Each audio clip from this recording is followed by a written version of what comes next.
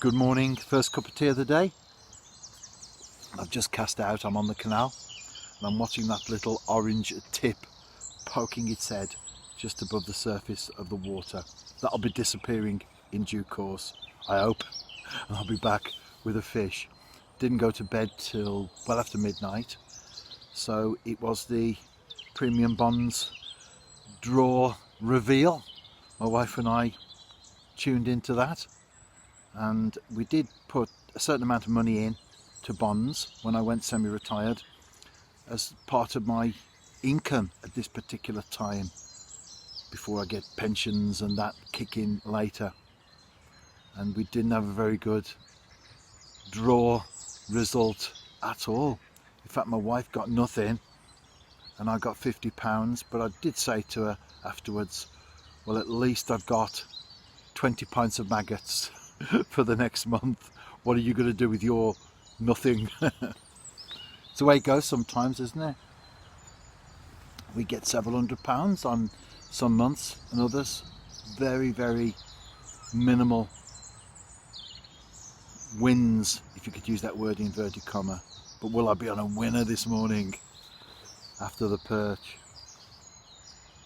I'm sure I'll get something, and I will be back with it very shortly. Small, perfectly formed, and I'm not a blanker.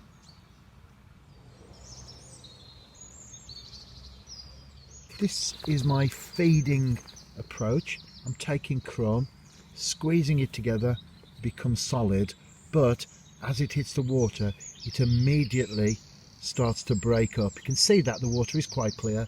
We're a couple of feet or so down. It starts to break. The bigger pieces fall a little bit further, then they break up on the way down, and as soon as you put it out, there's a cloud just beneath the surface. So great for drawing the fish in and of course keeping them there as well.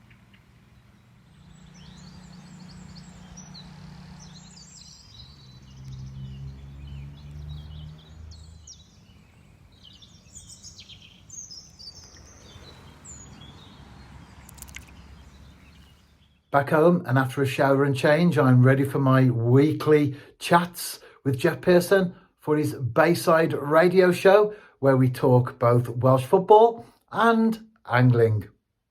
I did indeed, Jeff, and of course, as far as the angling's concerned, I was still out there on the bank.